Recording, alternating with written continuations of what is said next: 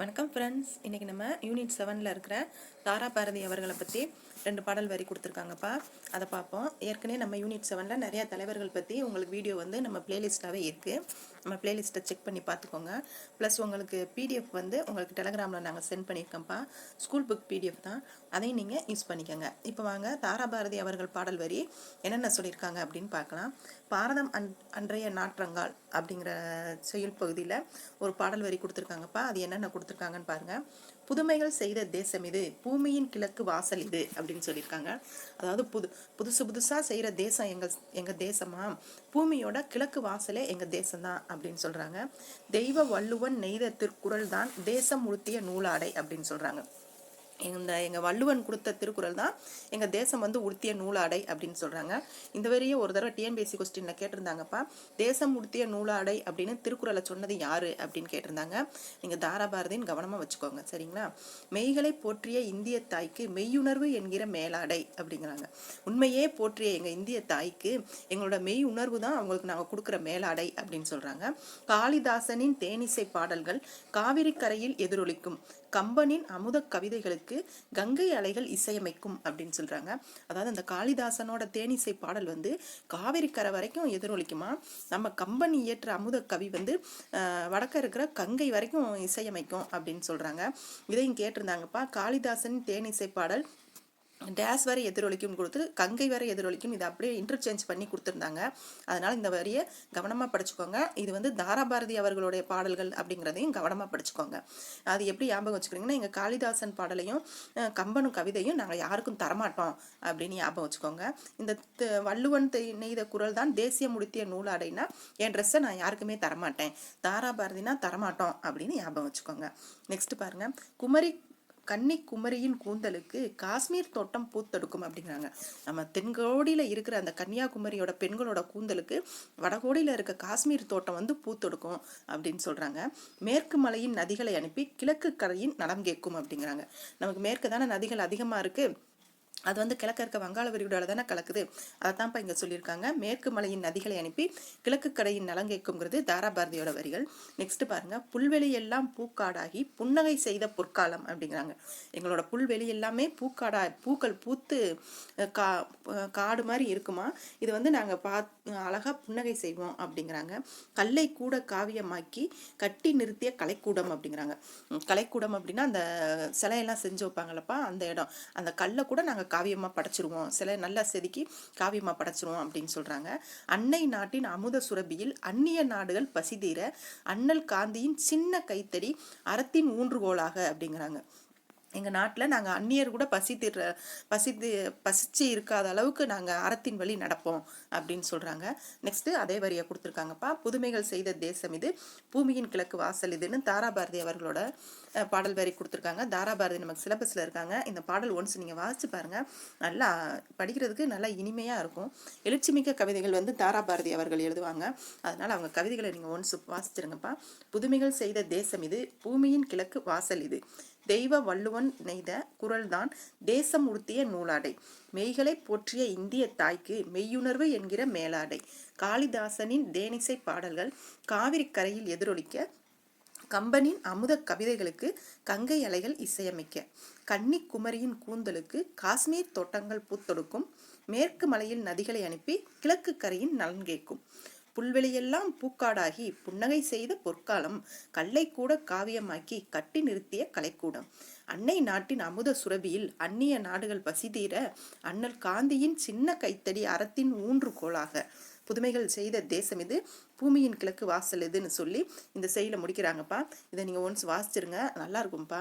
மெய் அப்படின்னா உண்மைன்னு அர்த்தம், தேசம்னா நாடுன்னு அர்த்தம். இந்த பாடலுக்குரிய வரி பொருளை வந்து கொடுத்துருக்காங்கப்பா. அதை நீங்கள் ஒன்ஸ் வாசிச்சிருங்க. நம்ம நூல்வெளிக்கு போயிடலாம் வாங்க. நூல்வெளி பாருங்க. தாரா பாரதியின் இயற்பெயர் வந்து ராதாகிருஷ்ணன். இதை எப்படி ஞாபகம் வச்சுக்கிறீங்கன்னா, அவர் இயற்பெயர் வந்து ராதாகிருஷ்ணன், அதை முதல் 2 எழுத்து திருப்பி போட்டு தான் தாரா பாரதி வச்சிருப்பாங்க. ராதா, அதை திருப்பி பாருங்க, தாரா வருதுங்களே, அப்படி திருப்பி தான் அவங்களோட பேர் இருக்கும். அதை ஞாபகம் வச்சுக்கோங்க. அப்போ தாரா பாரதியின் இயற்பெயர் என்னன்னா ராதாகிருஷ்ணன். கவி ஞாயிறு என்னும் அடைமொழி பெற்றவர் அப்படிங்கிறாங்க. இவருக்கு வந்து தாராபாரதிக்கு வந்து கவி ஞாயிறு அப்படின்னு அடைமொழி பெற்றவர்னு சொல்றாங்க. இதை நீங்க எப்படி ஞாபகம் வச்சுக்கிறீங்கன்னா, கவிதாவுக்கு வந்து ஞாயிற்றுக்கிழமை லீவு தரமாட்டாங்க அப்படின்னு ஞாபகம் வச்சுக்கோங்க. அதாவது கவிதாவுக்கு ஞாயிற்றுக்கிழமை லீவு தரமாட்டாங்கன்னா கவி ஞாயிறு அப்படின்னா, தரமாட்டாங்கன்னா தாராபாரதி அப்படின்னு ஞாபகம் வச்சுக்கோங்க. நெக்ஸ்ட் பாருங்க, புதிய விடியல்கள், இது எங்கள் கிழக்கு, விரல் நுனி வெளிச்சங்கள் முதலியவை இவர் இயற்றிய நூல்களாகும் அப்படிங்கிறாங்க. இந்த தாராபாரதியின் நூல்கள் எல்லாமே பாருங்க அவங்களோட மோட்டிவேஷனாக தான் இருக்கும்.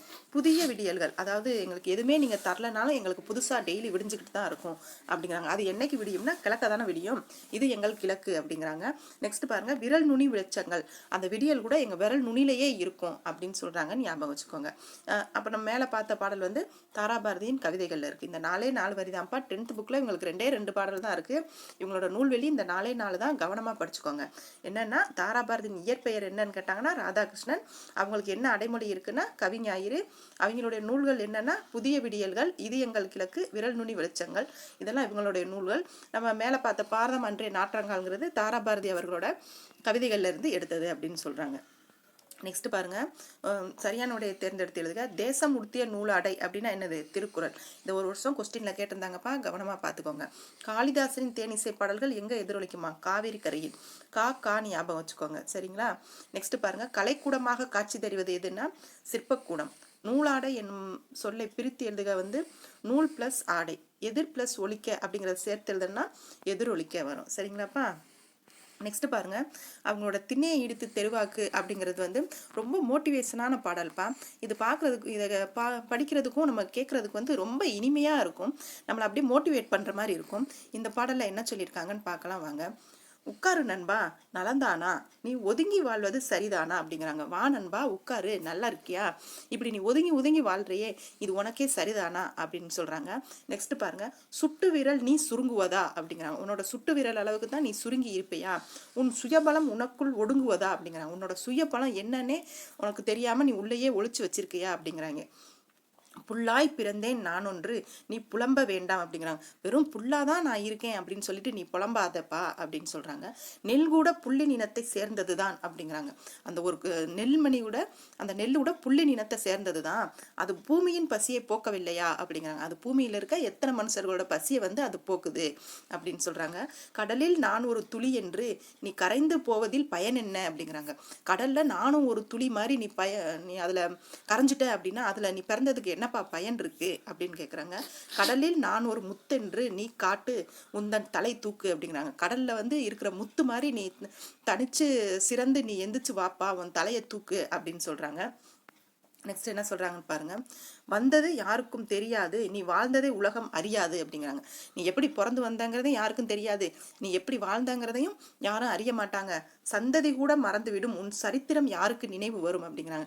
நீ இப்படியே இப்போ நம்ம பிறந்தோம் என்னத்தையோ வாழ்ந்தோம் அப்படின்ட்டு இருந்த அப்படின்னா சந்ததி கூட நீ பிறந்ததை வளர்ந்துரும், மறந்து போயிடும், இந்த சரித்திரம் கூட உனக்கு யாருக்குமே நினைவு வராது அப்படிங்கிறாங்க. நெக்ஸ்ட் என்ன சொல்றாங்க. திண்ணை தானா உன் தேசம், உன் தெருவென்றே உன் உலகம்.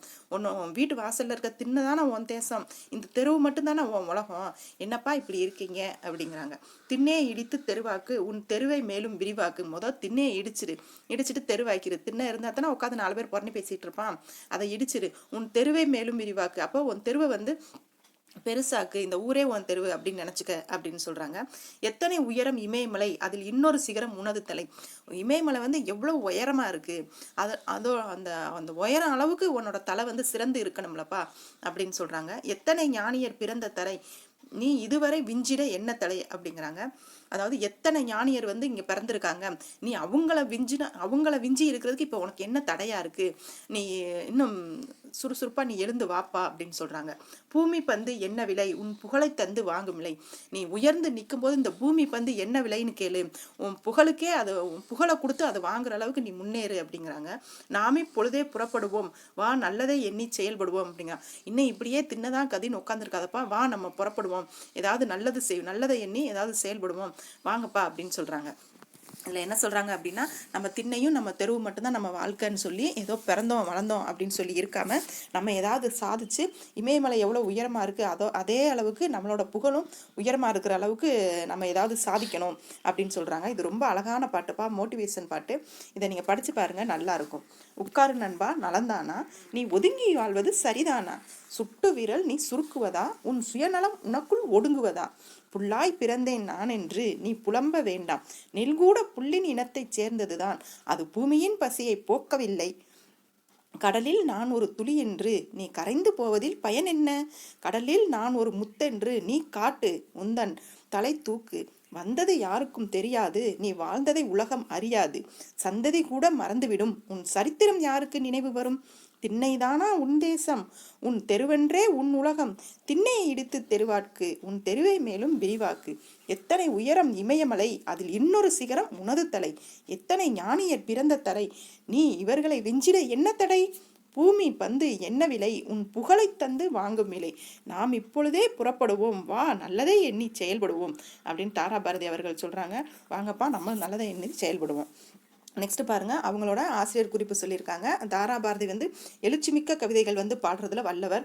ஆசிரியராக பணியாற்றினாங்க. ஒரு டீச்சர்ஸால தானே ஒரு ஸ்டூடெண்ட்ஸ் நல்ல மோட்டிவேஷன் பண்ணி கொண்டு போக முடியும் அப்படின்னு ஞாபகம் வச்சுக்கோங்க. இவர் தமிழக அரசின் நல்லாசிரியர் விருது பெற்றவர். இவரோட கவிதைகள் கொடுத்துருக்காங்க பாருங்க. புதிய விடியல், இது எங்கள் கிழக்கு, தாரா பாரதியின் கவிதைகள். இவர் தான் நூல்கள் சிலன்னு கொடுத்துருக்காங்க. இவங்க வாழ்ந்த காலம் பாருங்க. இவங்க 1947 2000 வரைக்கும் வாழ்ந்திருக்காங்கப்பா. 26/2/1947, 13/5/2000 வரைக்கும் வாழ்ந்திருக்காங்க.